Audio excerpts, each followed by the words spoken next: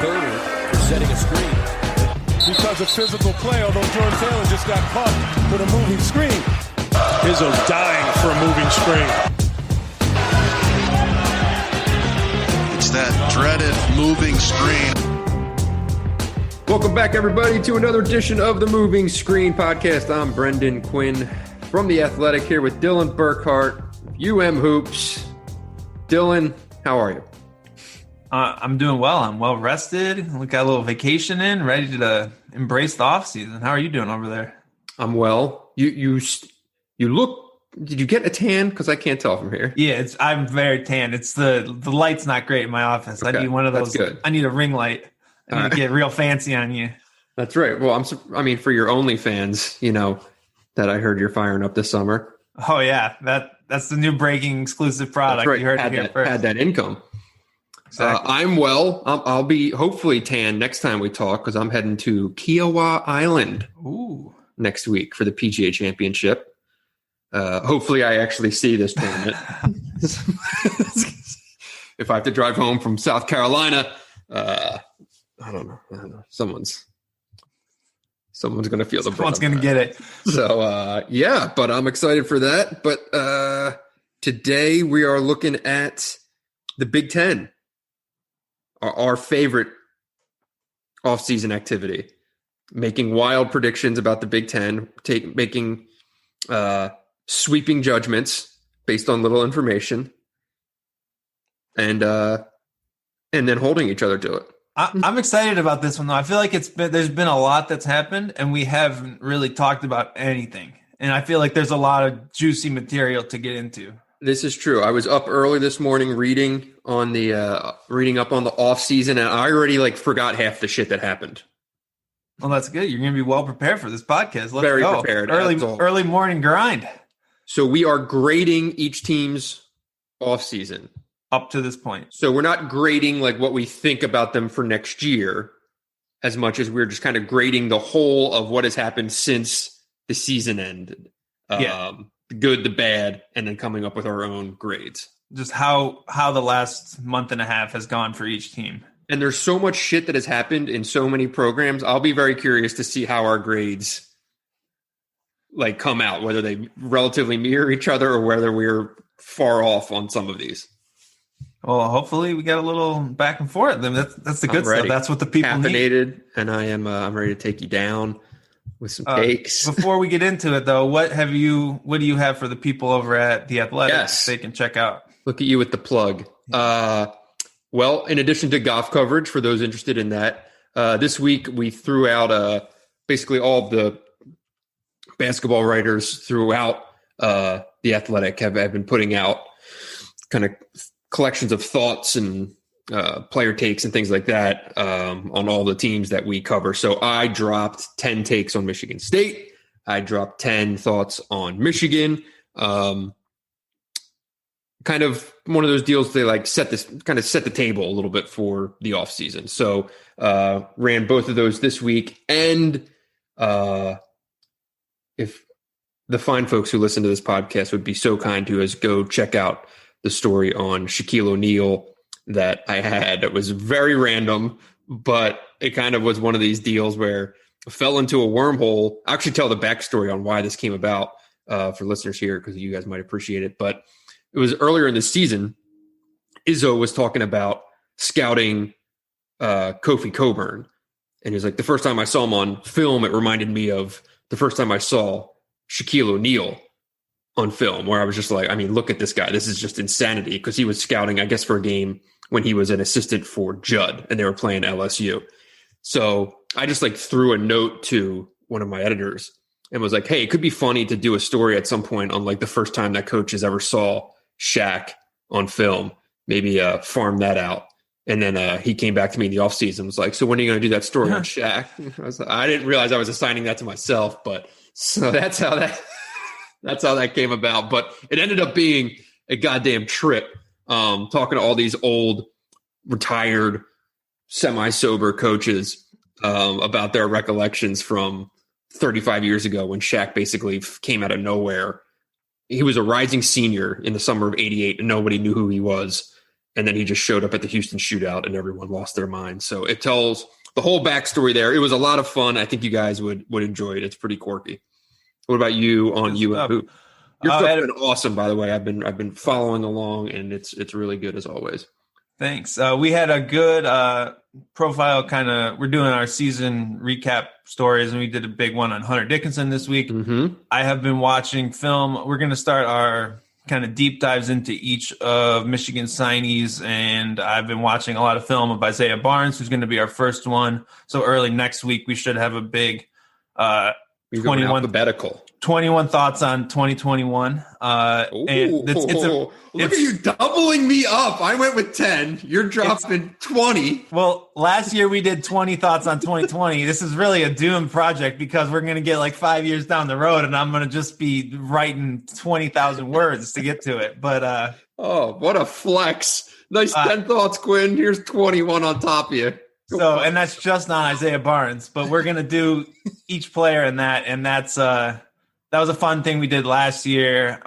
Really kind of diving into the high school film, what there is of it. And it's really interesting because Isaiah Barnes is a kid that haven't really seen a ton of, and is a bit of a enigma, at least of what you see, what you hear. So I found it really interesting to look at his film, and that should be up hopefully on Monday. So check out that when it comes up. And then maybe when you are done that, we'll do individual episodes. We'll break down the freshman class for Michigan, do a show on Michigan, do a show on Michigan State. Yeah, that'd be good stuff, especially because both are going to need their freshmen. Pretty impactful. So there's a little teaser for the people here. Make sure you're subscribed to the podcast and make sure you are subscribed to UM Hoops and The Athletic for all this amazing content. And remind us in like a month to record that podcast. Yeah, so we don't forget. All right. Well, let's get into this. I'm excited to do this. We're going to go in order of last year's league standings.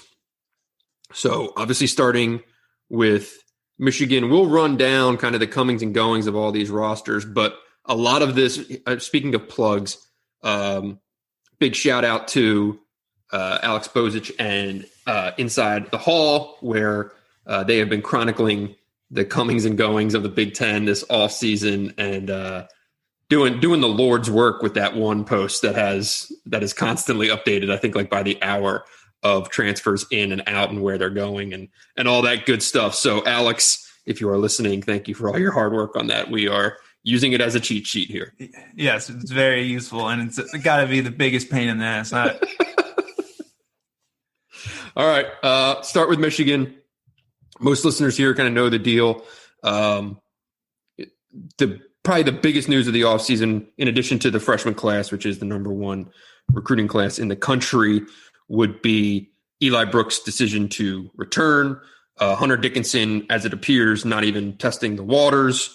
Both of those things I would say, underline, highlight, big time stuff. Losing Mike Smith, Sean D. Brown, Isaiah Livers, Franz Wagner, no surprises there. So this is one of the most straightforward kind of, in my thing when I had the 10 thoughts, my mediocre 10 thoughts was like the stability at Michigan, I think, is as noteworthy as any changes that you'll see anywhere in the country. The staff is fully intact. There were really no unexpected changes. Eli Brooks is a bonus, major bonus. I grade this as an A. Like I said, I think it's as kind of clear cut as anyone that we're going to talk about today. Yeah, I think the couple of things you said, the staff staying intact, I think is probably the most surprising part of the whole thing, right? And I think that is really key, especially like it's not a staff that's been together forever, but it's really been the foundation of what Juwan Howard's built, and having that group stick together should be, I think, really useful as you like really build into the next phase of Juwan Howard's project at Michigan, where now he's bringing in his whole freshman class, and we're going to see how that all plays out. But just in terms of the offseason, like the moves that we've seen, right, which is the guys who left, like you said, Franz, Isaiah, Sean D, and Mike, and then you add Devontae, and you add Eli back into the mix. I think I probably go I go A-. How about that? I think it's good. I think that you still lose 4 of your top 6 scorers, right? So yeah, you bring it's you've done everything you want to do. I'm not sure you hit a home run, right? Like I like Devontae Jones. I'm not sure he elevates you as much as stabilizes you, both with like Sure. Eli and Devontae. I kind of see, okay, you've addressed exactly the issues you need and you haven't created any issues for yourself. If you're having a boring or straightforward offseason, that's probably a good thing when you look around the rest of the league where like, you're just this way, that way, this way. Right. So I think it's an A- for me. I think it's good. I don't think there's really anything to complain about. You went out, you got a top 25 transfer. You brought back probably the most glue guy of all the glue guys on your roster. Those are both positive moves. I don't know what. Like, see, I'm basing my A on the fact that like so many things that not could go wrong, but like there are a lot of things that could have happened here that would have, knocked this back, right? Like, yeah, it's good that nothing. If there's no negative, if the second Devontae Jones committed, say Frankie Collins decommitted, or when Eli Brooks announced that he was going to come, Kobe Buffkin said, well, now I'm not coming, right? Like there's a lot of stuff that could have gone wrong. Terrence Williams could have, transferred because of bodies, and then he'd say, well, you don't want to lose Terrence Williams. Like, that's not good. You know what I mean? Like, but they have everyone back. They're the only team in the Big Ten without a player in the transfer portal. Which is crazy. They're one of like 3 power conference teams in the country without a player in the transfer portal. I think the number's 3. Which is pretty remarkable. Pretty remarkable. Basically, the average right now is 4.5 players per program in the country are in the transfer or have entered the transfer portal, and Michigan doesn't have any. And you didn't want any. You didn't really want to lose anyone. To a certain extent. If you're going to say full at 13 scholarships, 14, 14, right? 13 plus 1, right? Yeah, getting Eli back, I think, is just enormous. Yeah, I'm just really curious to see how there's so many pieces and there's some new. It's just going to be really curious to see how these kind of all fit together. And like you said, there's 14 players on the team. It's going to be a deep team. I just don't know. I don't know. It's a great offseason. Like, I don't think you can complain with the offseason. A-. I'm not trying to knock them. I'm just trying to be a little different here. Sure. I'll keep track of our grades here. This will be important stuff. All right. Next up, we have Illinois, the Big Ten champs in their minds, but second place in the Big Ten. It has been an eventful offseason in Champaign, to say the least. Yeah. Run it down a little bit here. So Kofi Coburn is in the NBA draft, testing the waters currently. Georgie Bashanishvili is pursuing a professional career. Adam Miller is headed to LSU. Orlando Antigua and Chin Coleman are both headed to Kentucky. And coming in, you have Alfonso Plummer, a shorter guard from Utah who's mostly a three-point shooter, and Omar Payne from Florida, a big guy who's most known for his flagrant foul in the SEC tournament. And that's kind of where we're at. I think there's speculation that Stephen Gentry, who's the third assistant under Brad Underwood, could go back to Gonzaga. And that could be a 3-for-3 assistant coaching swap or loss. So that's kind of where we're at with Illinois. They've made hires though, right? Yes. I'm blanking on that too. Chester Frazier is coming back as an assistant. I think he was at Virginia Tech, former Illinois guard. I think that's probably a pretty good hire. I'm not sure. Have they hired a second assistant yet? I'm not sure. I thought they might have. I might have just confused the one hire as both of them though. But I think also notable, Trent Frazier, DeMonte Williams, both deciding to come back, and retained Curbelo. Because frankly, when other bodies were bolting and when you lose assistant coaches, I feel like you then become vulnerable to keeping your best players. And it's one of those things like when bodies start kind of fleeing a little bit, Like it would have been pretty easy for maybe an Andre Curbelo to say, oh, look at this, high major over here that I can go be the starting point guard at. So I think getting Frazier back, getting Williams back, one of the best 3-point shooters in the conference, and then having Curbelo stick around that's not nothing. It's not nothing, but we didn't even mention, like, obviously the Sumu's in the NBA draft. Sure. Trent Frazier and DeMonte Williams coming back to me is kind of like if Michigan didn't have a huge number one class coming in, didn't have Hunter Dickinson, and then just Eli Brooks was coming back. Like they're not really players that are going to carry your team. And basically, I guess we're going to see what Andre Curbelo and friends looks like, because that's basically the whole setup here, really, right? Like he's going to have to be the guy, and it's going to be a bit of an adventure, I think. I mean, I don't know what Kofi Coburn is leaning, obviously, if he came back, but I think there's a lot of talk he really wanted to stay in the draft last year, which makes me skeptical that he would come back this year. It's just, I don't know. It's a lot of, okay, there's new bodies in place, but I'm not sure if I'm pretty sure they're not better players. They're just new players, and that's kind of where we're at. Yeah, I mean, defense is going to be a question, but I will say this team's going to, on paper at least, this team might be able to shoot the shit out of the ball. They're going to take a lot of threes. I don't know how many are going to go in, but they're going to take a lot of them. The Plummer kid, you're right. I mean, he's a 3-point shooter. He averaged 14 a game, but he's a 6'1" shooting guard. I mean, their top 4 players are 6'3" or under. Right. So yeah, defensive issues. After having, enjoying IO for the last couple of years, things will be a little bit different. But I mean, if Coburn randomly decides to come back, I wouldn't expect it. But if he does, that would certainly change things pretty dramatically in terms of the perceptions of this offseason. Right now, I've got it at a C+. Yeah.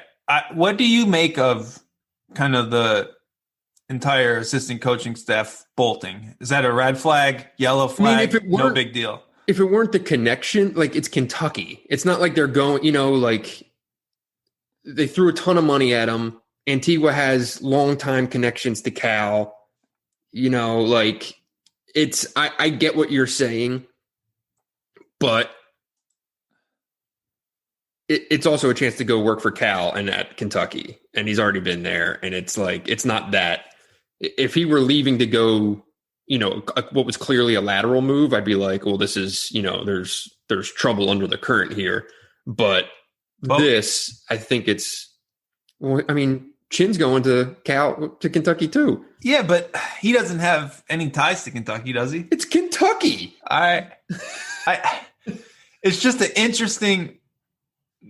Do you think so? I guess I'm just really curious. I know Underwood's assistants at different points were credited with kind of that shift away from his the way that they played at Oklahoma State for a while, right? Like the forcing turnovers, the shift to a pack line. And obviously Kofi Coburn played into that. They even don't run they haven't run as much of the kind of spread offense that Underwood's known for.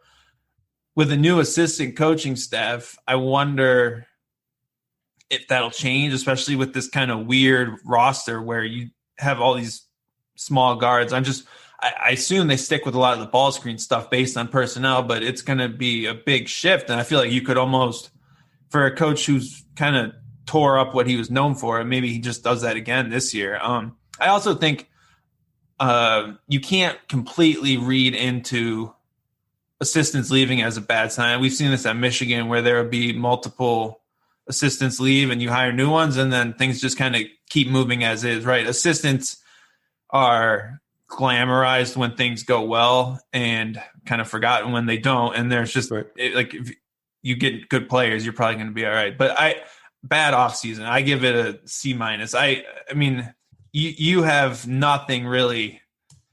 Like, what's the best thing that happened to Illinois? It's just been bad news after another, I think. I don't think Alfonso Plummer is enough to kind of stop the leak in the boat right now. And it's, the best thing that's happened to Illinois is having, I think, Frazier and Williams decide that they're coming back, because otherwise you're like, there's nothing, there'd be nothing. And Curbelo not leaving.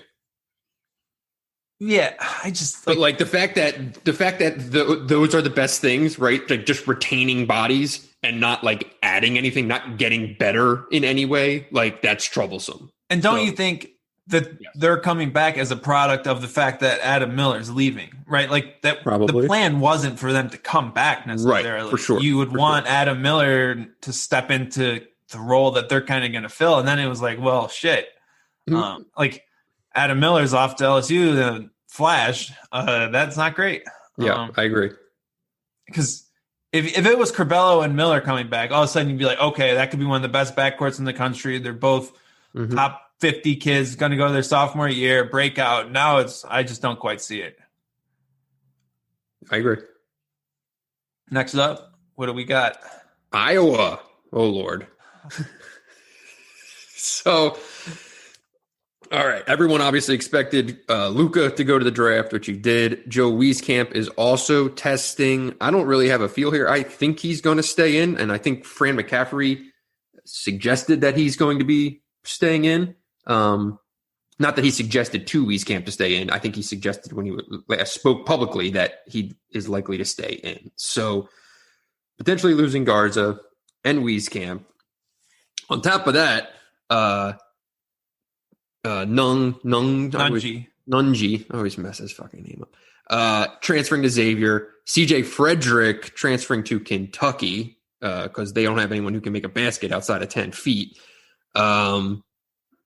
Michael Bear going to Siena, and the projected to return is a roster highlighted by Jordan Bohannon, the Murray kid, right? Well, you can't just the Murray kid him. I like Keegan Murray. The Keegan Murray is the reason to be excited about this team, in my opinion. Keegan Murray, Bohannon, the Connor McCaffrey, Rabacha, the legend himself, Joe Toussaint, coming in, is Philip Rebraca from North Dakota, 3-year starter at North Dakota, 1,100 career points. He's the one who, I think, on his commitment edit, they just put his head on Joe Wieskamp's body. Joe Wieskamp tweeted it out, which was incredible. Wow. Amazing. Okay. Look, you did not want to lose Frederick and you did not want to lose Nunji. You did. Yeah, but the Frederick thing had been talked about for a long time. That's true. That wasn't unexpected. The Nunji thing was to be closer to home. Right. And that was talked about I heard that like in the middle of last season too. I thought he was actually going to Indiana. I had heard that. But Xavier it is. But so, 2 top 150 recruits who look like Iowa kids, a 6'8" power forward, a 6'11" center, D+. P+. So the idea is that Bohannon decided to come back when Frederick left. Again, it's one of those things where if you're getting someone back because someone else left, it's not great. And he's saying that it's because he's going to play almost all 2-guard. Which is going to let your boy, Joe Toussaint, flourish at point guard. I'm not quite buying into that. CJ Frederick was a kid I really liked. Yeah, me too. I think that this would have been a great spot for him. What do we make? Like Kentucky's just raiding every roster in the country, raiding coaching staffs. I feel like that's a sign of what's to come. Why recruit a bunch of 5-star freshmen when you can just recruit a whole lineup of transfers? 100%. The notion of, hey, gentleman's agreement not to recruit off rosters is just so far out the window at this point. It's a joke. So, especially when you hear about kids transferring to Kentucky in January. Exactly. Yeah, exactly. Like we don't even cover the team, and we were like, oh yeah, I've heard that this is happening. But like I go D+ because it's not only all the shit that happened. D+. D is in Dylan. It's all from the loss in the NCAA tournament right on. Like awful. On the same year that Fran got another extension. I looked it up today. He's 2 games over 500 in the Big Ten in 12 years at Iowa. I got nothing. D plus. Like I don't usually like to give grades that bad, but I'll go with a D plus too. But okay. I feel like if we're just like no, hold on. If we're just going off of the offseason, like Illinois had a worse offseason, I would say. Do you agree? Nah, I'll go C minus here. I'll go C minus. C minus. Okay.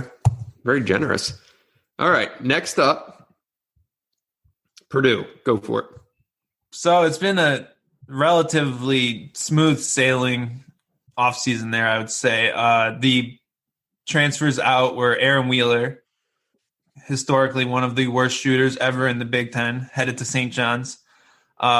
Emmanuel Dewumna is headed to Tennessee State. He was a backup big who never really played. Go Tigers? I think Tennessee State is the Tigers. Does that sound right? I believe so. Supposedly, Zach Edey's grown 2 inches. I think I saw. How tall is he now?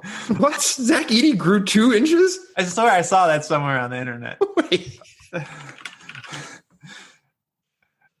Wait, he grew 2 inches in 2 months?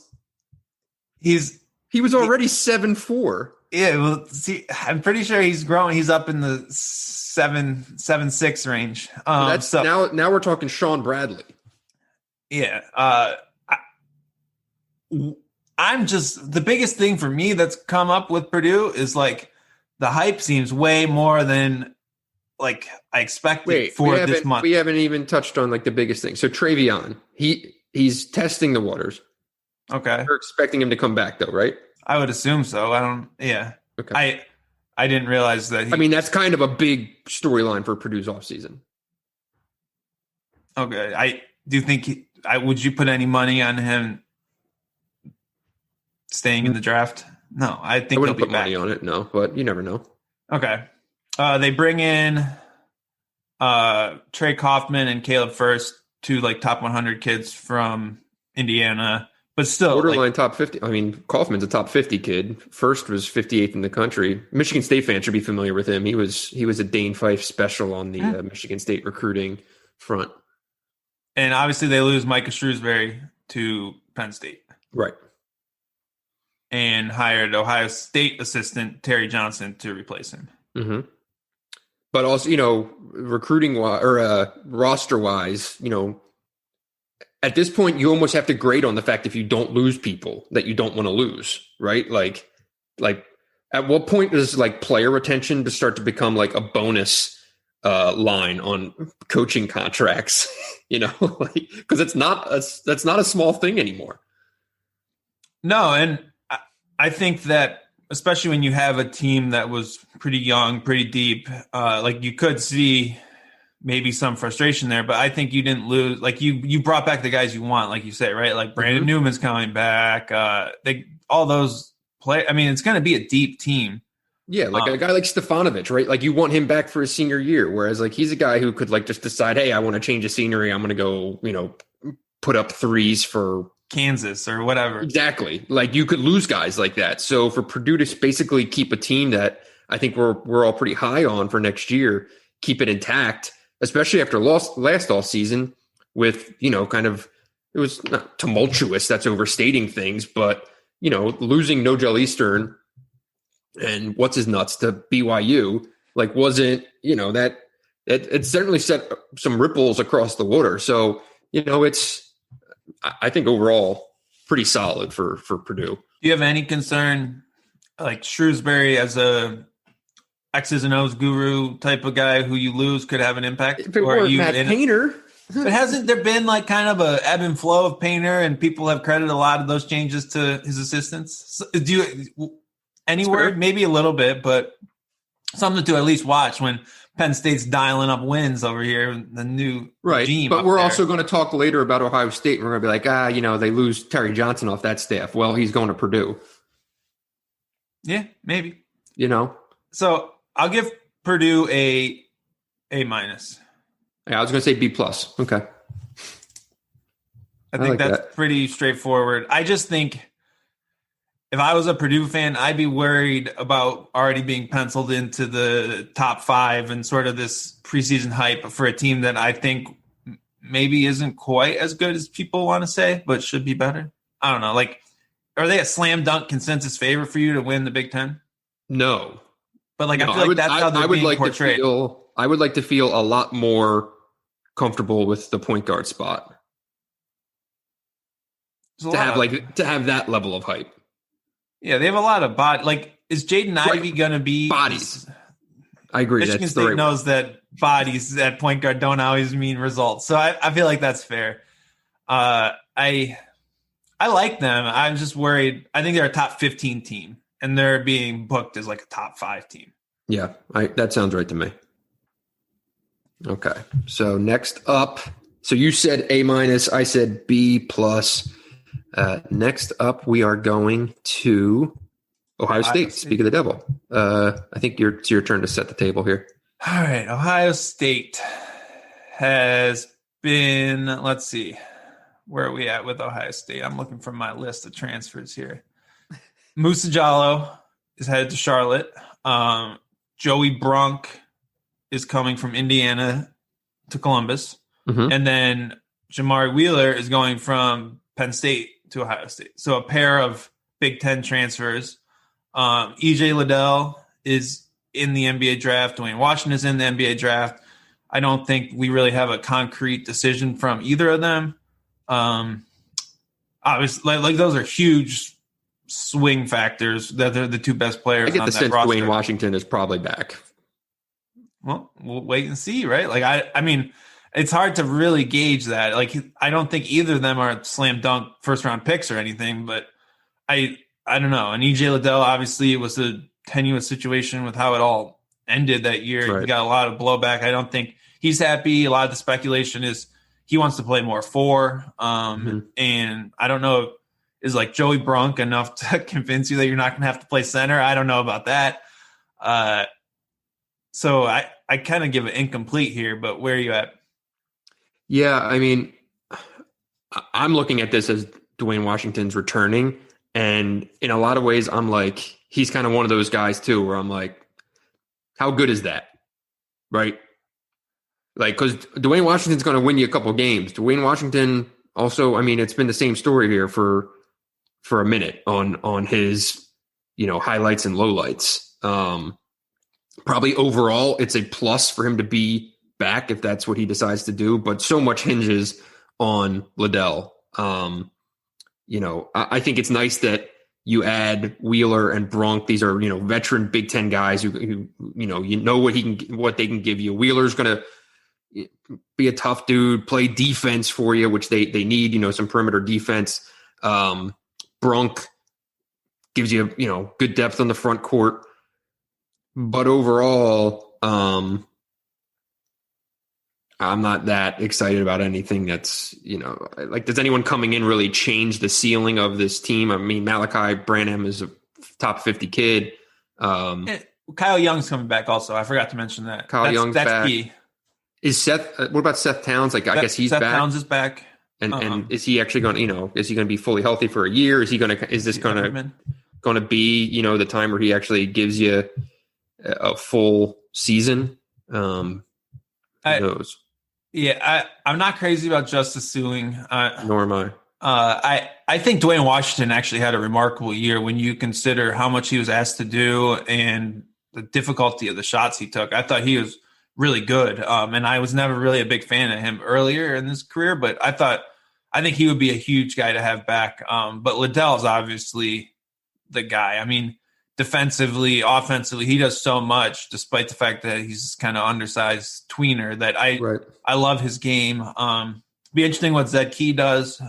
He's, I think, in going to the USA U19 camp. He's a guy who could, I think, really build on his game and fits the Big Ten, right? Like, I almost like him as a post player a lot more than someone like Joey Brunk. Like, I don't see Joey Brunk really being an impact as much as just being on the roster. A lot with CJ Walker leaving, who's the starting point guard? Is it Jamari Wheeler? It's Jamari Wheeler will be the starting point guard, and then and still bring along Michi Johnson. Yeah, and Michi is he really a point guard? He's kind of a combo. I thought of him as a point guard. For me, Wheeler is a pretty much 1-for-1 replacement for CJ Walker. They're both kind of defense first point guards who aren't particularly aggressive offensively. I mean, Wheeler's fine. I don't think he's he's a high floor point guard for them. I don't think he really gives you any upside over what CJ Walker gave you last year, though. Right. I don't see anything that really made them better this offseason, but I don't think it's a huge loss. And then you're still running the risk of whatever happens in the portal. Yeah, I mean, you lose Diallo's in the portal, right? But he barely played in 2 years, and Jallo's going. There's a reason he's going to Charlotte. Yeah, when you're only able to play defense, right. You're just kind of limited player.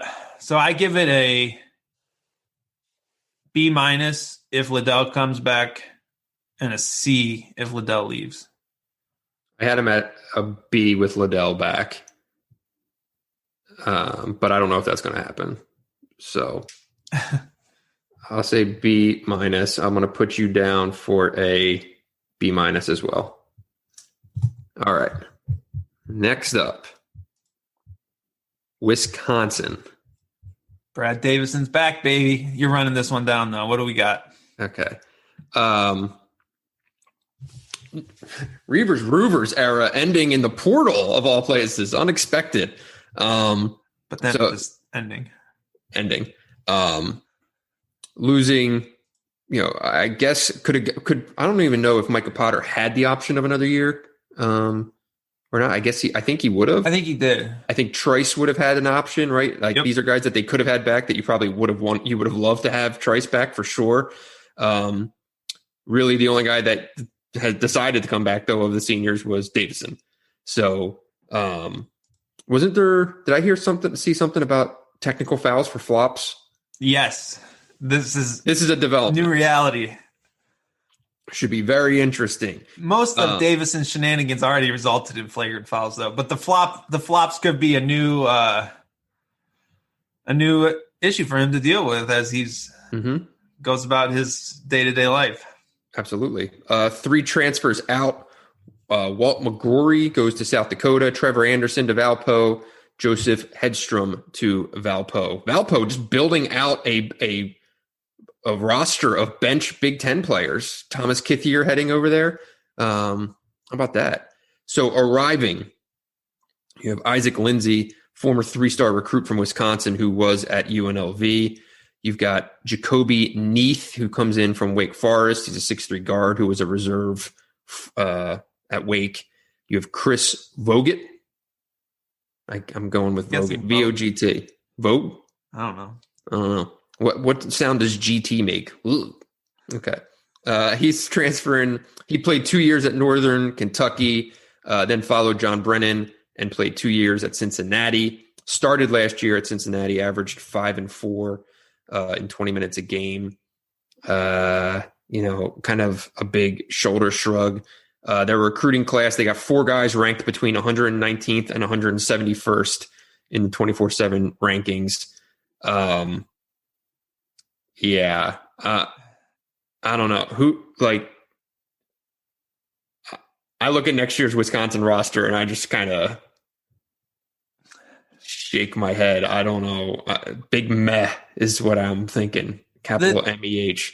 When you're bringing transfers who averaged 4 and 5 points per game, I think that's a huge red flag. Huge red flag. It means there's so many guys in the transfer portal. And you're getting guys who barely play for bad teams. And I think that's really scary because you're getting these guys because you need them. But at the same time, if these guys are going to have to play, they're not just going to suddenly be better in the Big Ten. No. I mean, that's a little worrisome for me. To be fair, Lindsey's going to be preferred walk-on. But what do you got here? I mean, it's going to be, can Johnny Davis turn into an all Big Ten player? And I really I like Johnny Davis, but I don't think he's going to carry a team. See a bad team and Brad Davidson just running around yelling at everyone and trying to hype them into wins. I don't know. Can they hold teams to 58 points a game? I mean, that's the good thing, I think, is that they have a style that can at least it's going to be double, triple, quadruple down on like the miserable Wisconsin games in the 40s, 50s. But what is there? 371 Division I teams, I think. Wisconsin's going to rank 300. How many teams? 350 something. 351. 351. Okay. Yeah. Wisconsin's going to rank 352nd in tempo next year. Yeah, I mean, so there's no playmaking in any degree on this roster. And like, if you could have brought back Trice or something like that, maybe it would have been something, but man, you got nothing here for me. So right.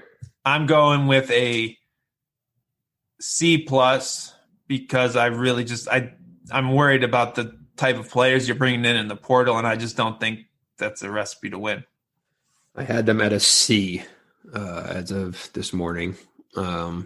Based on the fact that their recruiting class isn't nothing. It seems like there's very Wisconsin players in there that we have no idea about, right? That who knows. So, and at the same time, I think we've had the conversation that sometimes it's good to kind of clear roster out. And look, the last year's Wisconsin team went 18-13, and it obviously never worked with Potter and Reuvers playing together.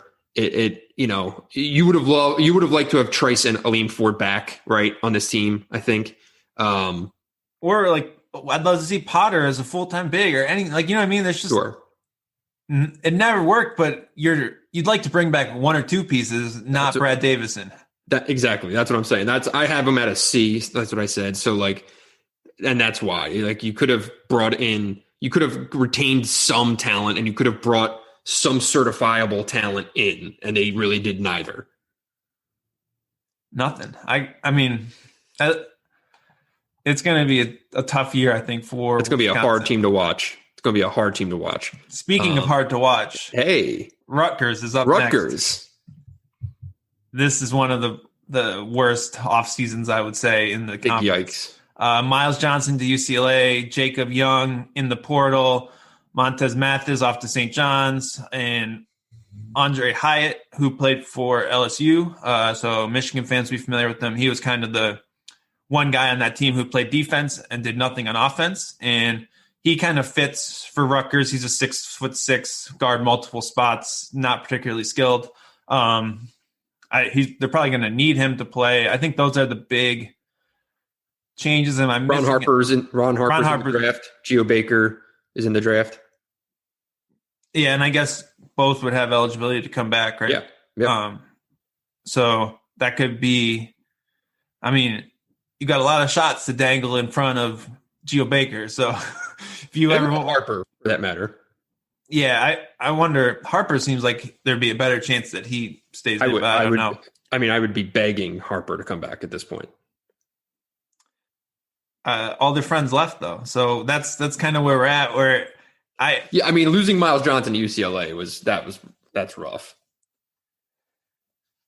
It makes a ton of sense for him, but for Rutgers, you just don't. When do you get a center like Miles Johnson? That's. Were you surprised? Big, but I was surprised to see kind of a little bit of an exodus there. It seemed maybe it's because last year never really took off after all that preseason hype, but now. Like Jacob Young, I mean, you would have that hurts, man. Jacob Young hurts. Miles Johnson hurts. So if you can get some of these guys, if you can get Baker or Harper back, and then, now it's kind of Cliff Omarui time, is this guy is he legit? Was all of the, he's the best modern recruit in Rutgers history? Well, we're about to find out because it's kind of time for him to be the star. Yeah, I feel like there's a bit of a we're looking at a team like Rutgers where like Jacob Young in the portal in any normal year he would just be done. He's graduated, right? Right. So I feel like I have a hard time holding it against guys who maybe want to go see something else after they graduated. And I think there's still a chance Jacob Young even just plays professionally, kind of like we saw with Reuvers, where he's just like, okay, I'm done with college. But I feel like there's a bit of a sense of like for Rutgers, they spent their whole careers basically there trying to make the NCAA tournament. Mm-hmm. And it's just kind of a job done. Like Miles Johnson, why not go see what it's like somewhere else? And he graduated also. He's going to get his master's in engineering. Like, right. It makes sense. It was just sort of a bad timing with the way these COVID rules worked and the opportunities that were available, where if you're graduating, it makes sense to go start a new chapter somewhere else and see a different part of college basketball. So it kind of sucks for them, but at the same time, I don't really know what you can do to avoid it. Pikel is very much like, I feel like that team was very bought in and they always played their ass off. It doesn't seem like it's an exodus because they didn't like him. It's just maybe seeing the world beyond Rutgers. It's still at the same time, it'd be one thing if they played 4 years, I bet Miles Johnson played 3 years, they probably, in the grand scheme of things, in their minds, they probably had him in playing a 4th year. Ron Harper played 3 years, and did he do enough to prove that he's a 3-year college player? I don't really think so. But I get your point about not holding it against them to a degree. Because that's a good point about they got Rutgers to the NCAA tournament. What else is there to do? Are you going to go be a Sweet 16 team next year? Probably not. No, right? They did it twice. Fucking they had to. That was hard, man. They went through all that to get there, and then it got taken from them, and then they got back. They won a game. I don't know. Yeah. You got to look at what they did for that program. I don't know, but man, they're going to be not a good team this year. I don't see it. They haven't been able to get anyone in the portal really that seems like an impact player. I would expect them to add a guard here sometime, right? They got to find a guard in the portal. I mean, portal's drying up a little bit. It is. If you're going to get an impact guard, you better start looking a little harder, a little quicker. So I'm giving them get Rocket Watts in Piscataway. I don't hate it.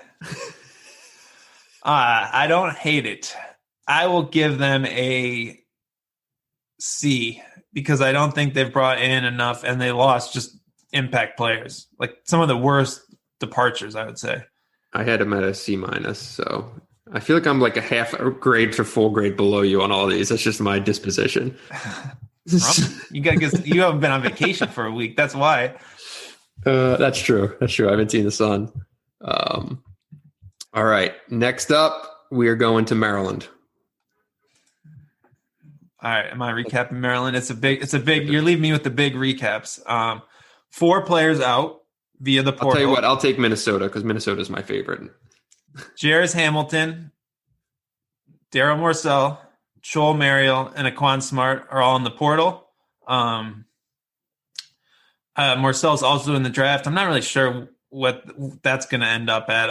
I don't know. But also probably one of the most productive incoming off seasons in the portal with Fats Russell from Rhode Island, Qudus Wahab from Georgetown, and Ian Martinez from Utah. I'm not sure how much I love Fats Russell. You're the A10 expert over here, but he's a guy who early in his career, I think, was really looked at as a star. He had a really bad year as a junior, but it's really hard to say with COVID and everything else going on what all went into that. And Wahab is probably one of the best bigs in the transfer portal. He averaged 13 and 8 last year at Georgetown, and I mean they desperately needed a big. So he's a legit 6'11" center. Yeah, and they'll be able to go 2 big now with Donta Scott at the 4. I mean, not big, but Donta Scott can play the 4 instead of the small ball 5, and then they can have an actual post-up center. It gives you something different. I do think that we still have NBA draft decisions coming here, right? From all 3, right? From all 3. Well, Ayala, Wiggins, Morsell. Yeah, but Morcell's in the portal, and Ayala and Wiggins are also testing. And that's kind of a huge swing here because you brought in new pieces, but those new pieces would really look good if you could bring back your backcourt from last year. Great. But I like that they've been aggressive while waiting on those decisions. They went out and they've got guys, right? Martinez, the kid coming in from Utah, he was a former top 100 recruit. He didn't do too much as a freshman at Utah, but he's a 6'3" guard who who's probably going to play there next year. I love the addition of Wahab because, I liked Maryland's look with that small ball that they played last year. The problem was that they never even had the option to go big. And now they can probably do both, right? I don't think Wahab's going to play. He's not playing 34 minutes a game. So they're going to have like a good split there, I think, of being able to give you both on any given night. And Russell, look, you're talking about a dude who has 1,600 career points and 400 career assists. He's played 120 college basketball games. His career dipped at the end. His shooting was terrible. He was one of the least efficient players in the country, let alone the A-10. But he's got a ton of game. He's a 5'10" guard who's now he had to play under Danny Hurley, and I'm just gonna say I think playing under Danny Hurley is probably really difficult. Now he's going to this level. He's probably always seen himself as a high major player. Now he's going to be in a setting where he's going to have some Philly guys around him, which I think is a good deal. A little Hakeem Hart, a little Donta Scott. And what is his level of buy-in, right? Is Fats Russell going to Maryland to make a statement about Fats Russell, or is he going there to be part of a winning Big Ten team? You know what I mean? Here's the question. Yeah. You can have one guy just for next year as your starting point guard. Tyson Walker, Fats Russell, Devontae Jones. Where you take him? Or we'll throw Jalen Pickett in at Penn State. Yeah. So they're all kind of different degrees of up transfer. I would take Tyson Walker. I think Fats Russell gives you the highest upside. Okay, I'll buy that. Tyson Walker, obviously, I think it's an advantage that you can get multiple years from him, but I'm trying to ignore that. I feel like Russell is probably probably the lowest floor and the highest ceiling in that group, right? Exactly. He could pop and be really good, and he's shown that he has that talent, but the fact that he can't really make a jump shot, and I think he needs to be a high usage guy. I worry about the fit a little bit.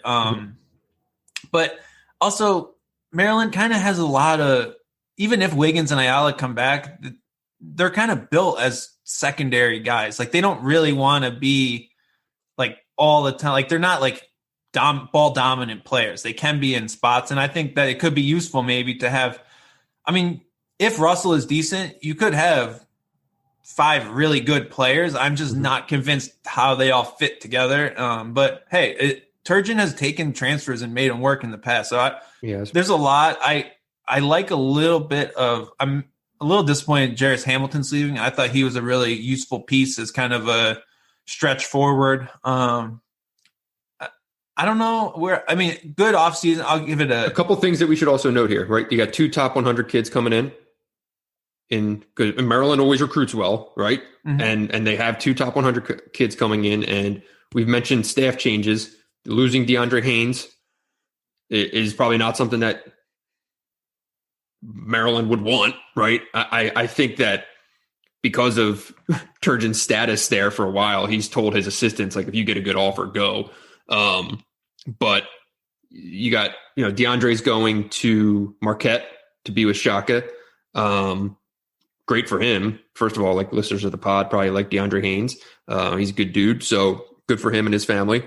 Danny Manning replacing him. Guy who has, years of head coaching experience, which, it's pretty good. So, and you get the little Kansas connection with Turge and Manning. So, and should be good with Wahab, I would think. Right. Good point. Big guy. Yep. Overall, you want to do grades? I got Maryland as a B. Well, the NBA decision. Are you including Wiggins and Ayala in that, or I have it so I have as for now B because I like that they've been aggressive. That if it goes that way and say you lose all 3, at least they haven't been sitting around. There's something, and they've got some pieces coming back, and they're adding to it. I'm going to go A. I think They went out. Like, I think they did the most work in the portal. I think this, especially if you grade on a curve of what this offseason could have been with kind of where people are at with Turgeon to begin with, I feel like they're going to be – I think they've done enough to be a top 5 or 6 Big Ten team pretty easily. I think that's fair. There was a lot of reaction of, oh, they got these 3 transfers. Let's put them in the top 10. I don't quite see that, but I think they're going to be a good team. I think I think they've done well in the offseason. Yeah. I mean, I would like to see at least one of these guys, make it official that they're coming back. Like, you want Wiggins back. So yeah, you're probably right. I'm probably too low on that. And Turge got a new contract. It's one of those like soft contracts, right? Very. What do they call it? School favorable to the school, right? I mean, it's you have to give him the extension, but it's not really padding his buyout. I mean, I thought there was a chance that he was going to jump this offseason. So did Maryland fans. Yeah. But all right, who we got next? Where are we at with our standings here? Michigan State. Michigan State. Okay. Okay. So, as expected, Aaron Henry entering the draft. Langford not using his 9th year of college eligibility. Into the portal goes Rocket Watts, which listeners of the pod were not surprised by. Foster Lawyer is in the portal and still undecided on where he's going. I know things got very close with him and Davidson as of a week ago. I thought it was actually going to get done, but still up in the air. I know there's been contact from my alma mater. I've been told. Yeah. So we'll see. But those are 2 A-10 schools. I'll be curious to see where he lands, what level, and what he actually does next year. That's going to be something really interesting, I think, to kind of follow. Thomas Kithier also into the portal, and he is heading to Valparaiso. Former walk-on Jack Hoiberg going to UT Arlington. Probably the biggest news is Tyson Walker, aforementioned, coming in from Northeastern, one of the best guards in the transfer portal. And then he joins a very good recruiting class of Max Christie, Jay Nakins, Pierre Brooks. Dane Fife to Indiana. Dwayne Stevens back after a dalliance with EMU. I think that's basically it. The way that I would sum up Michigan State's offseason is that probably the pieces that you wanted to go into the transfer portal. That's what I was going to say. Went into the transfer portal. And there's going to be some roster turnover. This is going to be a different look team. We've done obviously a whole pod on Michigan State. So if you're just listening to this, I recommend going back and kind of checking out that off-season one because there's a lot more depth to that conversation. But I did think there was going to be the potential of more going into the portal where that maybe some bodies that you didn't want to lose. And instead those guys are back and getting a guard, which was by far the most important thing. They got one of the best available. So overall, I grade Michigan State as a B. Yeah, I completely agree. I think the moves that have happened are all the right moves. I think you lost the right players. I think you went out and got a great fit in Tyson Walker. I think there's more work to be an A. I think I'd want to see a big added to the mix. And absolutely. I think it's not that any moves that have happened have been bad moves. It's just that there's another move that needs to be made. And I don't know, like, I know I read your story this week and you said you think they'll hold pat with 2 scholarships available. That seems like a little bit of a risk to me. I'd be at least aggressive with one of those spots, and maybe there's just no good options, and that's fair. But that's the one thing I'm holding back on. But I still think to be able to kind of finesse the attrition in the offseason without losing guys who maybe have some upside next year, I think that's easier said than done. Yeah. So I like that. I'll go A-. I think this is a good offseason. Okay. I really like the Tyson Walker ad.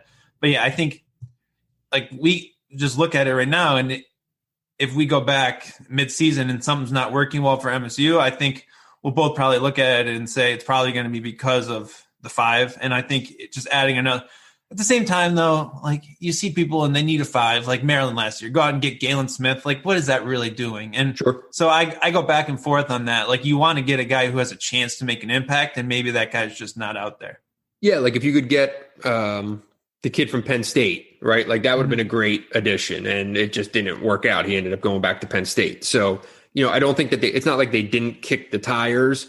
And we're also not privy to conversations internally, right? Where – if their read on, guys like, you say, Gabe Brown and Malik Hall, if their read in their, postseason conversations was, if we bring in, another a 3-point shooting wing, we risk losing one of these guys. Or the conversations with Bingham, Marble, Matty Sissoko, that if their feeling was if we just bring in a center for the sake of bringing a center, we risk losing one of these guys. Is that what's the benefit in that? We don't know what those conversations look like, but I agree with you at the 5, and that's why I'm kind of safely putting this as a B. What did you think of my comp that running it back with Bingham, Marble, Sissoko? Reminds me of last year's decision to hold Pat at the point guard spot, and that it just leaves you unnecessarily vulnerable.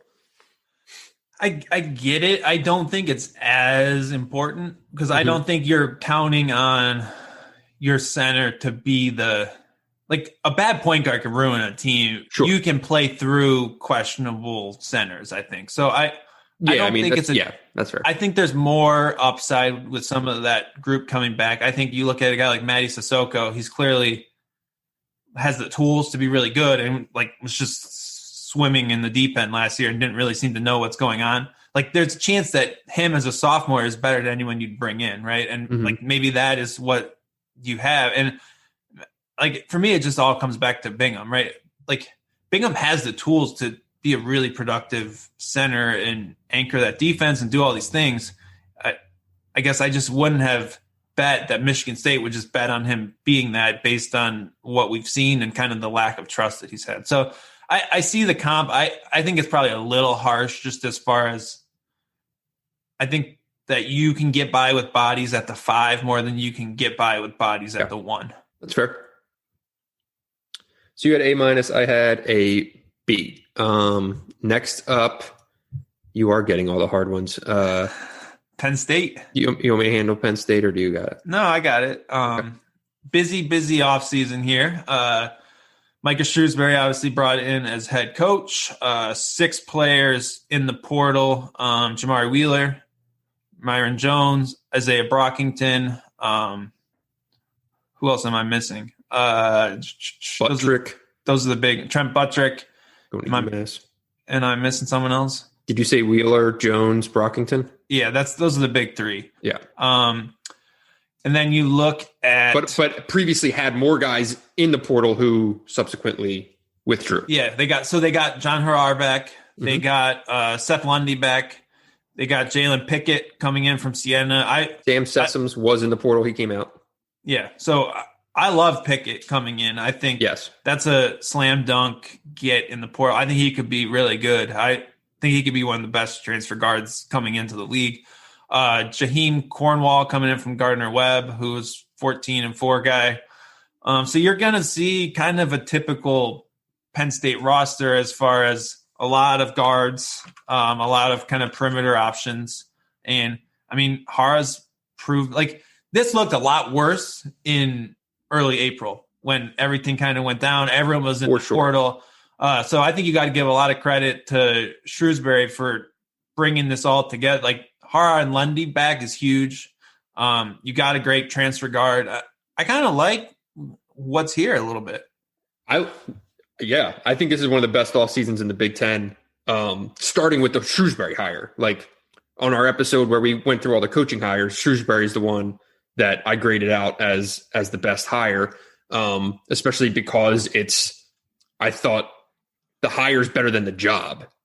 Like, if you would have told me Micah Shrewsbury, of all the jobs that came open this year, I would have put him at a much better spot than Penn State in terms of it as a basketball program. So they way outcooked their coverage in getting Shrewsbury. So for me, that's the starting point. Like, that's already a really good job this offseason. And then you're right. I mean, it looked like it was going to be just a total mass exodus. And, there's schools out there with 12, 10, 11 guys in the portal.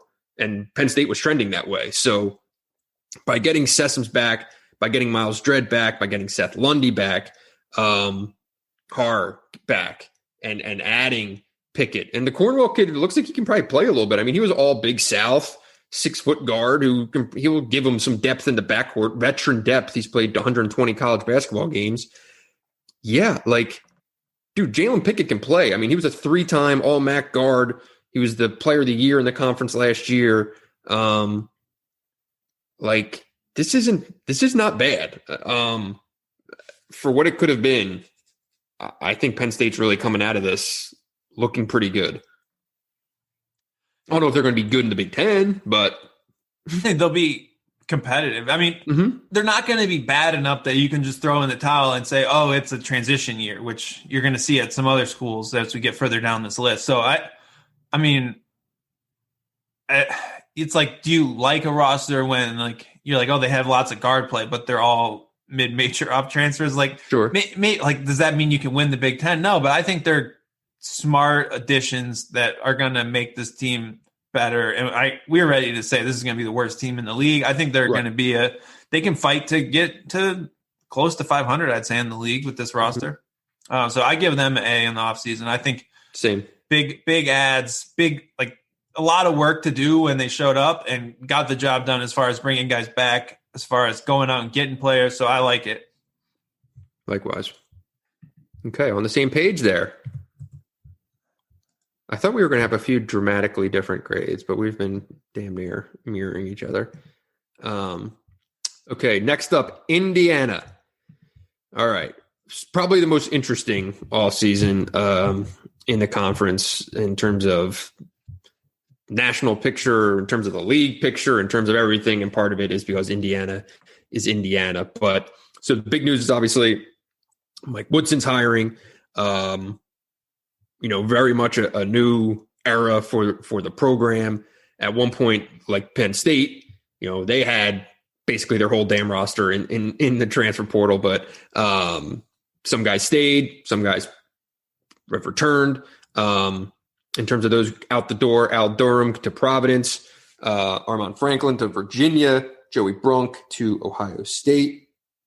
But the biggest roster decision is Trace Jackson Davis bypassing the draft, deciding to return, and then being joined by Rob Finney leaving the portal, Race Thompson leaving the portal, Christian Lander leaving the portal, all these guys deciding to return, and then adding Xavier Johnson, transfer from Pitt, 6'3" guard, 3-year starter, averaged 13, 5 and 4 basically for Pitt, adding Miller Cope from Northwestern, 3-point shooter who we're familiar with, even though I just mispronounced his name. Bringing in two top 100 top 100 recruits, including Tamar Bates, 6'4" combo guard from IMG, who's he's legit top, he's ranked 33rd, I think, in 24/7. Had a really good year at IMG. So, a lot going on here, and I think mostly a lot to like. Yeah, I mean, keeping Trace Jackson Davis was the job, and they did the job. And right. I guess I'm a little confused. There's so many names on this thing that some people like. There's going to be a lot of guys in the portal next year, I'd say. I think I like a lot of the newer pieces better than some of the returning pieces. I think Tamar Bates is really good. Mm-hmm. I think he's going to play. And then you have all these other guys who it's just a clean slate, right? With a new coach. I wonder how that all plays out. I still don't love playing Race Thompson and Trace Jackson Davis together because they both can't shoot. Xavier Johnson seems like a little bit of volatile guy. I think he can be up and down. I'm not sure he's going to be the kind of calm head to run your team. But then you also have Finney and Lander. Like, one of those guys is going to be your point guard, and 3 of those guys want to be your point guard. Like, how does that play out? But I feel like these are good problems to have. You obviously need shooting. Miller Kopp brings you shooting, and that was the huge issue with this team over and over again. So I feel like they're hitting on the right areas. Just kind of a lot of bodies, right? Like, what does Miller Kopp coming in mean for Jerome Hunter?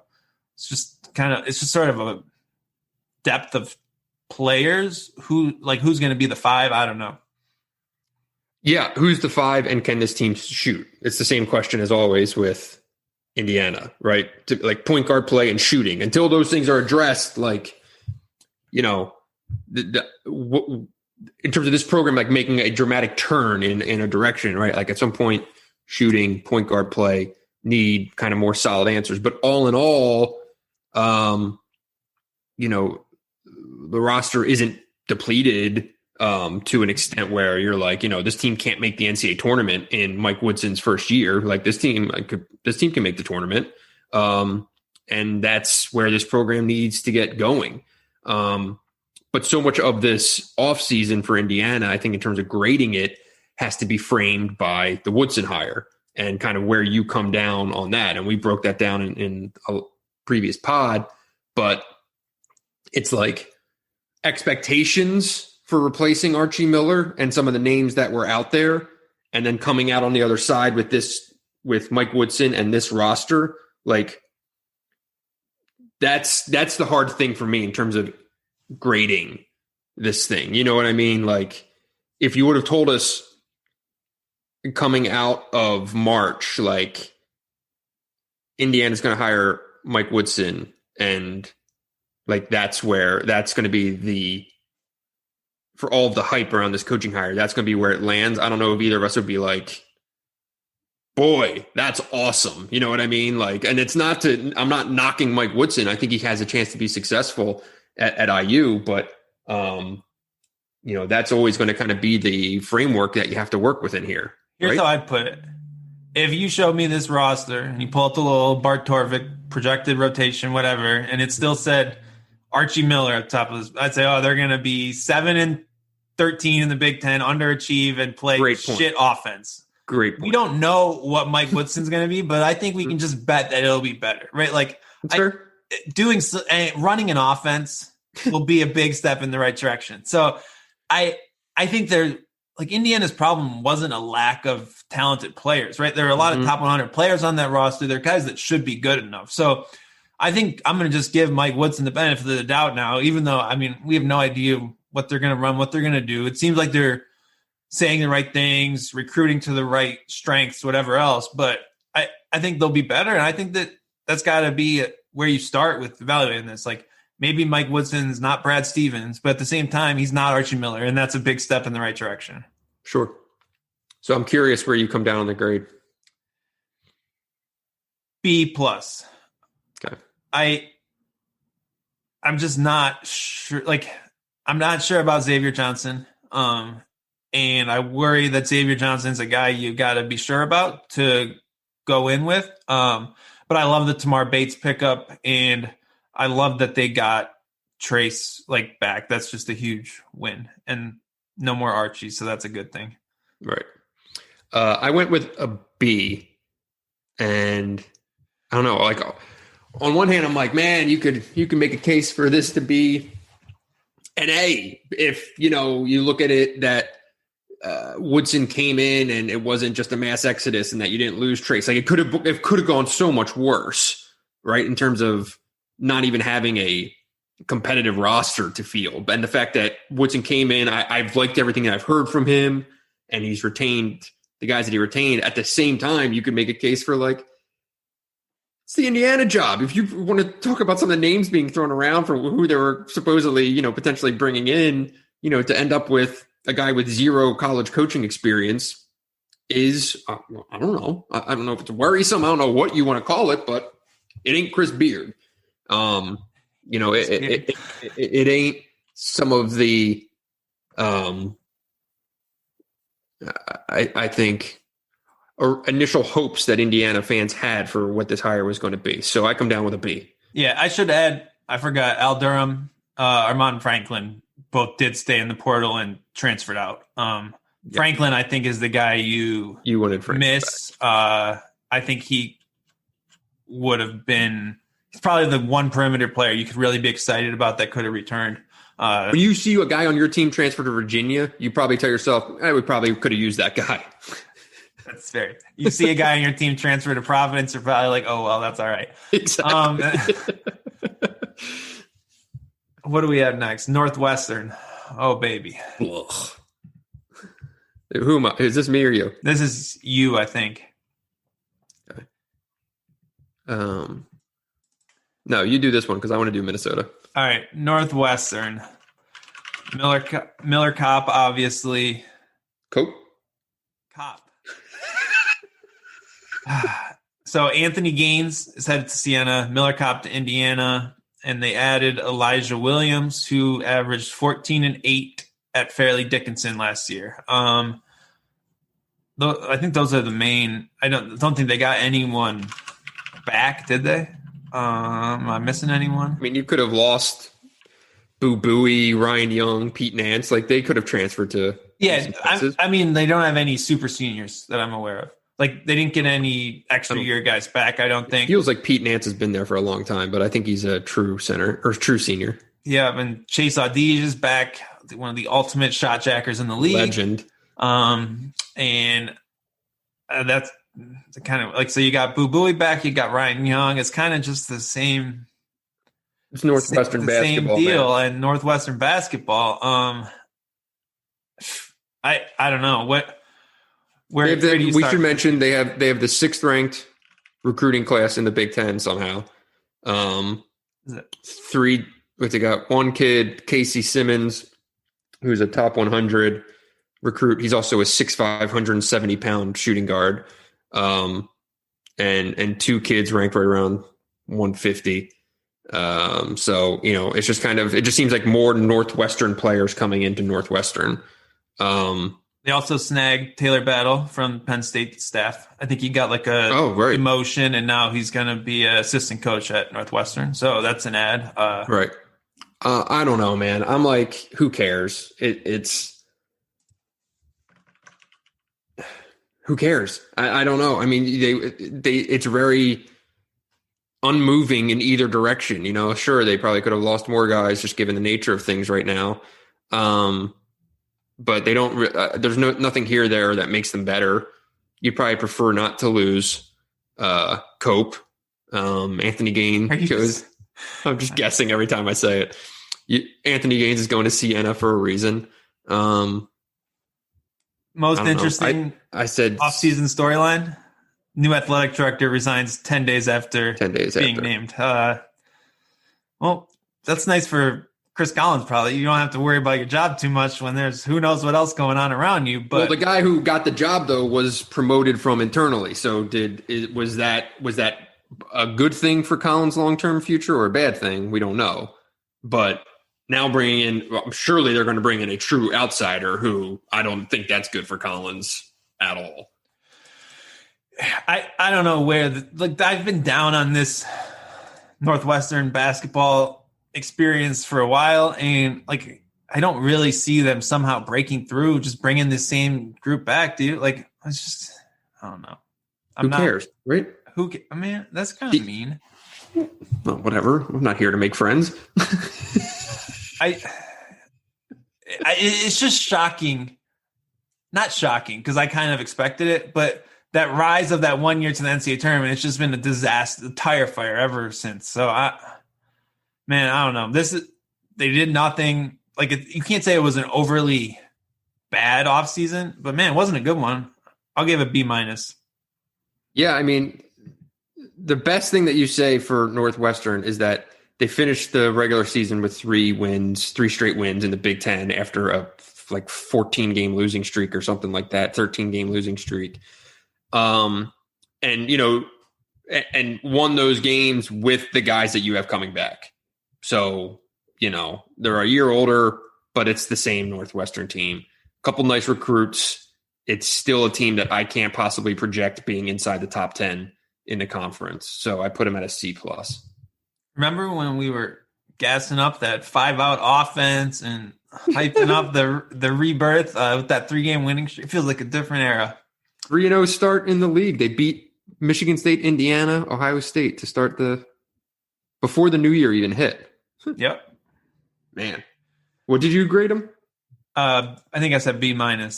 You can basically just add a half grade to every one of your grades. Seriously, where are you getting B? Like, on what basis is B-? The recruiting? Nothing terrible happened. Oh, okay. All right. What do we got next? Your favorite here, Minnesota. I love this. Minnesota is incredible. Let me pull this up. Okay. This is my dream scenario. If I were to get a Big Ten job, this is what and just said, fuck it, I'm not recruiting any freshmen. I'm just going to build a mid-major all-star team. This is what Ben Johnson has done. So, all right, first things first. Most notable news is obviously Richard Pitino being let go, immediately going to New Mexico, landing firmly into another $1 million deal. Very impressive. He lives up to his last name more than any person in the country. What a legend. Marcus Carr entered the transfer portal, which I don't even know if that was ever really a real thing, but he is now going pro, and that's official. Let's see. Booth Gotch, right? Yeah, they have one returning player. Anyone you know on Minnesota's roster last year, unless it's Isaiah Enan, they're gone. Who I don't even know. Did he play last year? Yeah, he just chucked up threes. He shot 20. He shot 59 threes and made 22% of them. So all right, now I'm going to run down their transfers out. Gabe Kalsher to Iowa State. Liam Robbins. We hardly knew ye. Who he gave him something. You do not want to lose him. He goes where his uncle goes. Goes to Vanderbilt. That's right. Jamal Mashburn Jr. goes with Richard Pitino to New Mexico. Can we elaborate on that? Can you imagine coaching Jamal Mashburn Jr. as a freshman, shot 39% on twos and 28% on threes, and thinking that's the guy I want to take with me? I didn't get that vibe from his game. I guess he's talented for a lower level, but man. Look, Jamal Mashburn Jr. is the son of Jamal Mashburn. Jamal Mashburn played for Rick Pitino on some legendary Kentucky teams, which means Jamal Mashburn Jr. will always have a place on Richard Pitino's roster if he wants it. Fair? Okay. You got it. Javars Omaroso goes to St. Thomas. Martise Mitchell goes to Northern Illinois. Trey Williams goes to Oregon State. And Sam Freeman to Pacific. So flights going in all directions out of Minneapolis, but arriving. This is incredible. Okay. Just went shopping off of mid to low major all-conference teams here. Jamison Battle, former All-Atlantic 10 forward, averaged 17 games as a sophomore. Luke Lowe, All-CAA guard from William and Mary, averaged 16 as a senior. E.J. Stevens, an All-Patriot League guard coming in from Lafayette, averaged 16 a game. Sean Sutherland, an All-America East guard coming from New Hampshire, averaged 13 points, 9 rebounds as a 6'5 guard and 2.5 assists. Peyton Willis, who we all remember, former amazing. He goes Vanderbilt, Minnesota, College of Charleston, back to Minnesota. Okay. After averaging 13 points per game, he was like a borderline all-colonial guard last year. And then rounding it out, Parker Fox, a Division II All-American, after averaging 22 and 10 for Northern State, which is in Aberdeen, South Dakota. I love this roster. Madness. So here's the trouble. You could list off a lot of guys can score 15 points and be all conference. I'm being facetious. No, I know. Only one of those guys is a top 100 transfer here on ESPN's ranking, and that's Battle, the kid from George Washington. And like, how are you going to have your best player be a George Washington transfer? I mean, they're going to be terrible. One terrible returning player. Yeah. I'm looking forward to watching him play, though, for like a couple weeks, and then I'll, obviously not. But it's just, what is this first of all, this team, the average age is like 24, I think. Do they have? Yeah, I mean, they're 95th right now on Torvik, and that's with Marcus Carr. You got to get that out of there. They're going to drop like a rock. It's going to be ugly. It's a Nebraska style situation where the whole roster is brand new, and none of the guys coming in seem particularly good. I don't know. They like odds on worst team in the Big Ten. I think you have to say by far. Yeah, you have to. I mean, it's 6'3", 6'4", 6'5" guards from the Patriot League, the Colonial, the America East, and then a D2 All-American. I mean, man. I'm going. You're asking a lot here. F. Wow. So you do not like the Ben Johnson hiring either? Not with this. No. Oof. If you don't keep a single player, you keep a single player, you don't get a good offseason grade. Well, I went with D just because I wasn't willing to give him an F. But yeah, I mean, I am not exactly inspired by the Ben Johnson hire, and this roster is, while incredible, it's awful. So. And the other thing is, all these guys, like, what are you building toward? Yeah, this is what we said when Richard came in and he brought a bunch of JUCOs and transfers, and it was kind of a stopgap. You're going to suck. Bring in guys that you're going to build around, or at least like in year 2. Like, are any of these guys on the team next year? What good is this? What are you trying to accomplish with this roster? Well, you're trying to get enough players to play the game of basketball. You have one guy coming back. You have to get bodies. You can't just not have a team. Wait, you're going to sign a bunch of kids who are unsigned? Like, they're not going to be – like, at least these guys will be able to take the court and know how to play college basketball. Like, what are your other options? I don't know. I mean, I feel like the way that the portal works, you could certainly go try to build, first of all, bring in some freshmen. Do they have any freshmen coming in? They got one guy, Trayton Thompson. I have no idea who that is, but I would like to see you bring in some freshmen, which or they're some trying younger to do. Transfers. And that's what I was going to say. Young guys who maybe played 1 year, right, and averaged 10 minutes at whatever high major, and it just didn't work out, and you're bringing them in, right? Like, I think that's a more reasonable way than a bunch of veteran mid-low major guys. But freshmen who played 10 minutes at a high major and are transferring are trying to go to a good team. I don't think they're trying to go to Minnesota, right? Like, they could have tried. Well, you want to convince them, like, hey, come here, you're help us build for 3 years, and let's try to get this thing going, and you're going to be a key piece, and you're going to play a shit ton of minutes the next 3 years. Yeah, I agree with that. I actually think that's probably the sweet spot, is those kind of underperforming guys who are good enough to get a high major offer out of college or out of high school, because they actually have the upside to be like good players. The play is probably pulling up the top 200, top 150 from 2 years ago, and going from the bottom up, looking for flops. Exactly. Yeah, that's fair.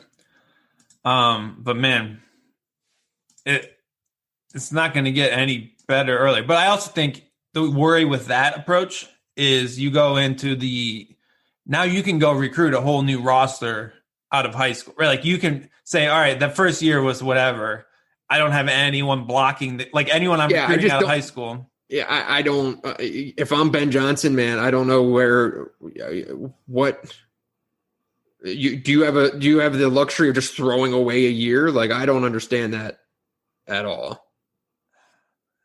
Well, we're going to see, because like I said, what are you accomplishing? What are you trying to accomplish with this? Trying to get 8 guys who can play basketball on my roster and go from there. Right. Speaking of building a new roster every year, we're headed to Nebraska. I think this is going to be probably the most roster continuity we've seen from Nebraska since Hoiberg showed up. Which isn't saying something. No, but hey, we got to give some credit. Teddy Buckets is moving on. It was a good little era there, but I think it's been a good offseason here. Agree. Drogo is going to Grand Canyon. He was big guy, but not particularly inspiring. Teddy Allen's going to New Mexico State, which I'm not sure if there's a better fit out there. But Hoiberg went out and got CJ Wilcher from Xavier and Keon Edwards from DePaul. I think those are both pretty good ads. Like, those are guys who can be contributors. Both barely played at their last stops. Well, hey, they're bodies. Just saying. And you bring back Trey McGowan's, you bring back Delano Banton, you bring back Kobe Webster, you bring in Bryce McGowan's 5-star freshman. That's where we're starting the conversation. Yeah. Derek Walker really emerged late as kind of a defensive, undersized big. Like, I think there are some pieces here. I think this is going to be by far Hoiberg's best team at Nebraska. Well, yeah. I mean, what is he? But I think they're not going to be in the bottom 2 spots. I think that's a huge step. It's hard to get out of that spot. He's won 5 Big Ten games in 2 years. So, yes, this will probably be his best team. I don't know where you're getting that Wilcher and Edwards are good. They barely played on teams that were not in the NCAA tournament. All right, well, they're not great, but hey, Wilcher's exactly what you said. That's fair. Minnesota fair. should do, right? He's a guy who can shoot, didn't really play, and like they're both guys who didn't play but are young and high major kids. That's what you just literally said that's what you should do in the portal. The thing that I like, though, is that they're bringing in actual freshmen who are good, and that like you can start maybe trying to build something. The McGowan's kid is a 5-star.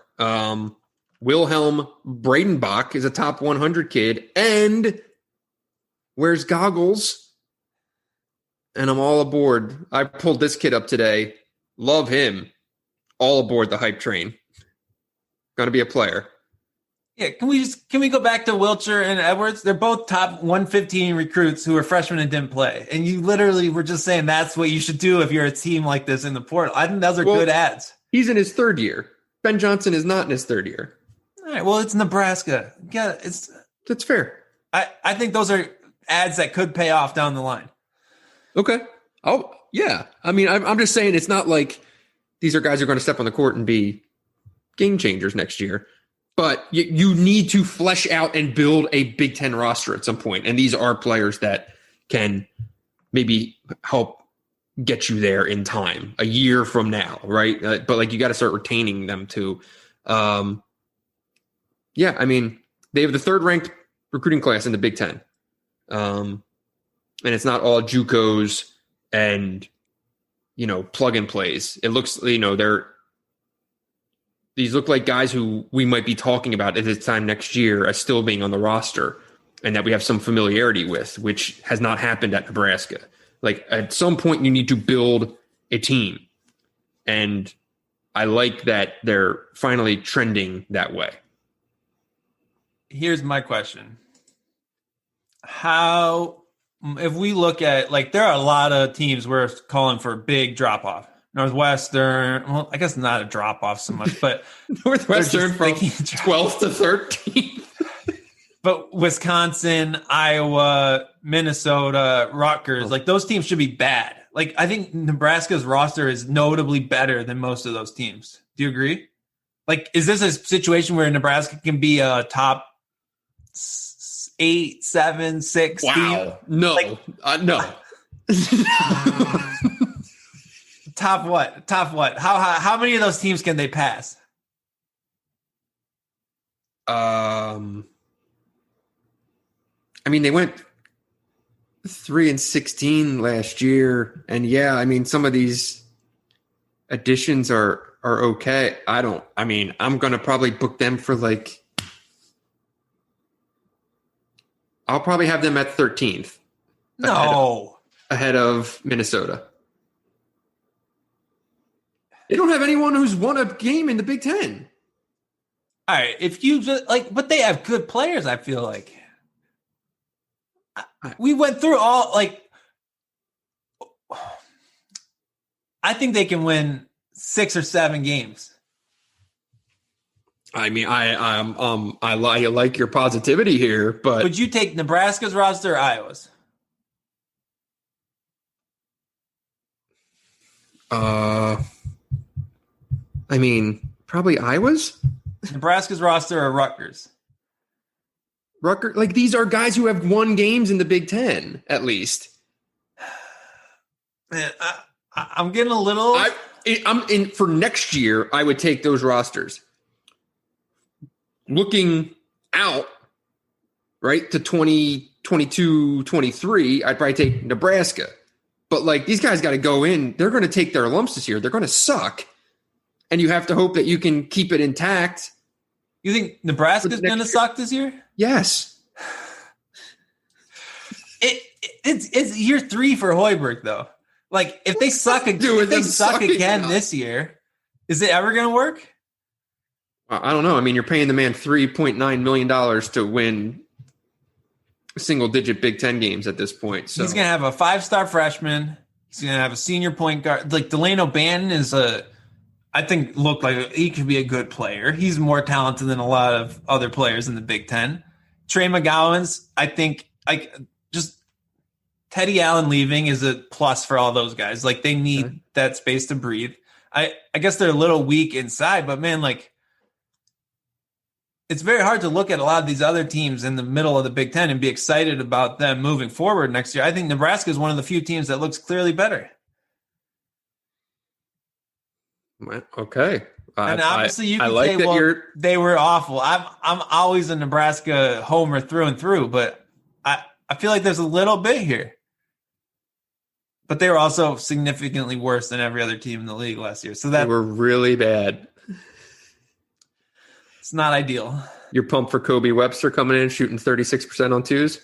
I mean, Kobe Webster's a fine extra guard there. Mm-hmm. I don't know. I mean, he's going to be probably like 25 years old. Like, they got some age. They got some experience. Is he coming back for sure? I believe so. Super seniors. Like, I don't know. I don't hate this roster. I will say Nebraska goes 5-15 in the league and finishes 13th. If they finish 13th, where are you at with Hoiberg? Like, does he need to finish 8th or 9th or something like that to make you have any faith in what he's building? Like, Iowa State was a rebuild in a better league, and he got it done quickly. Let me ask you this. If the head coach weren't named Fred Hoiberg, what are you thinking about this roster and this team next year? Well, he is. This is like when you're like, if Northwestern wore Ohio State jerseys over here. I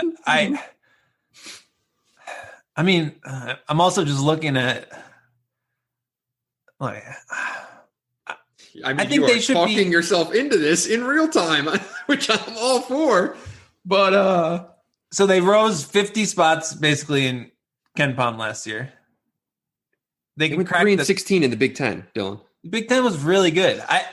I'm just curious. I think this is a step in the right direction. And I mean, last year, I mean, they got hit with COVID, and their shit was, that team really never had a chance to grow. So that we should say that in fairness. But they went 3-16 in the Big Ten.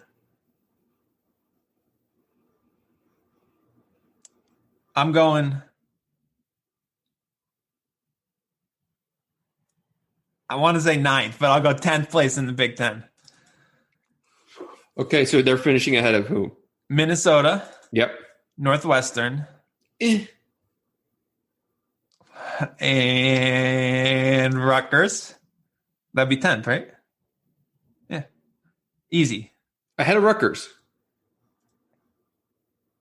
Yes, Rutgers has no good players. Okay.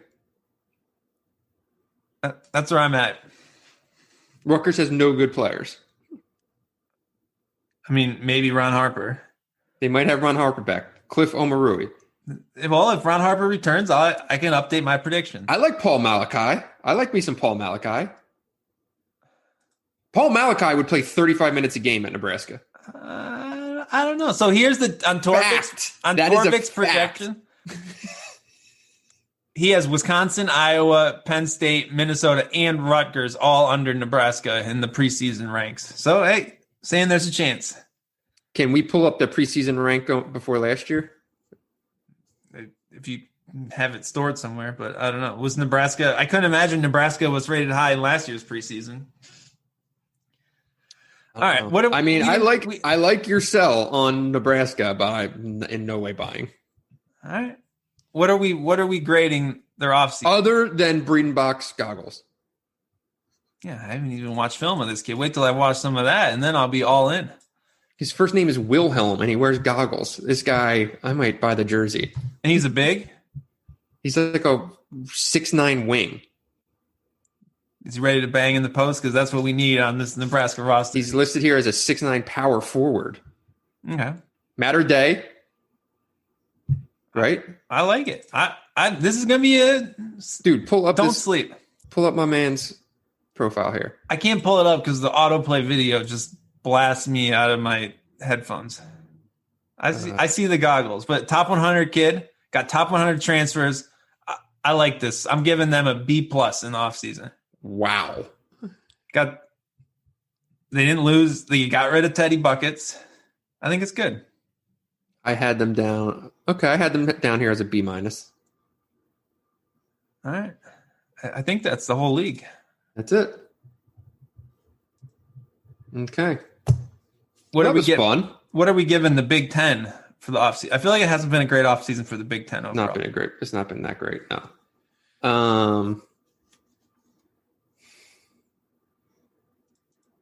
I don't know. B-, C+. I feel like it sets up. You have some legit dudes coming back, right? That's worth noting. Look at your potential preseason player of the year candidates going into next year. You're going to have Trace Jackson Davis. You're going to have Hunter Dickinson, Travion Williams, possibly E.J. Liddell. That's not bad.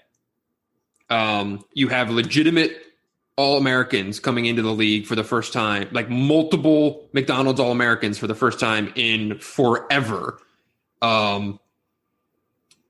Real new stars coming in, right? Max Christie coming to the league. Caleb Houston coming to the league. Exciting players to watch. You retained some really good coaches, and some other guys are getting, extra leases on life. But, I think the problem is that some of the program, it was nice having Illinois be a marquee program again, and it looks like they're going to take a really significant step back. I thought it was good. It's good for the league to have Illinois be good and relevant, and that's going to take a step back. I think it's good when Wisconsin's good. They're going to take a step back. I think you lose. The Big Ten was defined this year by depth of good teams, right? There were so many kind of 500-ish teams, no easy games. I think you have a way bigger cellar next year. I think there are more bad teams in the league. This year, it was every team you play is good enough to make the NCAA tournament or whatever, right? Even Penn State was pretty decent, right? And they were a tough team, a top 50 Ken Pump team. I think you could see multiple teams fall kind of out of the top 100 even. Mm-hmm. And that'll create more wins for the teams at the top, and it'll create more separation. You don't have that middle tier as much, and I think there could be some kind of ugly basketball between some of those. The bottom could fall out for a lot of teams. Yeah, I agree. And I will say, looking back on last year's team, I was recently talking to an old Illinois assistant for a piece I was working on, and he's like, man, for all the talk about last year's league being, one of the best ever in the conference and stuff like that, and, it legitimately, the numbers don't lie with what, Ken Pom had as the conference numbers in terms of the historical context of the last 20 years. That's all well and good. But any notion that last year's league was the best ever or anything like that was pretty nonsensical, in the sense that if you look late 80s was still the Big Ten's golden era. And like, don't get it twisted because these coaches make it seem like every single night is, that they're playing the goddamn, like an NBA team, because they're not. Well, there weren't really many NBA players. That's exactly my point. There are not NBA players in the league, at least in mass. Whereas if you go back and look at those Big Ten teams in the 80s, holy shit. All those teams had like 4 NBA guys on them, 5 NBA guys. So, the hype train of the league in terms of how good it is in today's college basketball it's good, but in a different way. Yeah, if you just go back in the Ken Pom era to like when Ohio State was really rocking and rolling, and the late like 09, 10, 11, 12, 13, like there's way more talent in the league in some of those seasons. Exactly. I don't really see some of it is that the Ken Pom numbers are essentially like relative, right? It's about the rest of college basketball, and overall there's less talent in college basketball, so more experienced teams might stand out more. And it was just kind of a weird year all around for that. But there's definitely like, even when like the 13 year, when like Indiana was so good and like there are a bunch of pros in the league, and this year there were a few pros, but it wasn't like you had multiple teams that were just loaded. And I think maybe we're getting back to that a little bit with the way like Michigan's recruiting class, Michigan State's recruiting class. There's going to be maybe more talent at the top, but I don't know what that doesn't always result in the best teams, if that makes sense, but it might result in some more compelling storylines and all that. So it'll be interesting how it plays out. I do think last year was kind of a weird season, right, with everything going on, and that definitely the way that the Big Ten rosters were set up, I think helped them early in the year for a lot of teams, and that helped cement that Ken Pom gap, which just stuck around. Like, I don't think anyone in their right mind would say last year was the best the Big Ten's ever been. Mm-hmm. I mean, that was the selling point from the league. Well, that's what the league does, is sell itself. And these coaches. But anyway. I digress. That was a good pod. I hope so. How long was that fucking thing? Jesus Christ, almost 2 hours. There's no way anyone is still listening to this, but if you are and you're not subscribed, then you're an asshole. So make sure you subscribe to The Athletic. Make sure you subscribe to UM Hoops. We hope you enjoy this free podcast, which we both provide for you. And that's it. All right. Tip your bartenders and servers. Good night.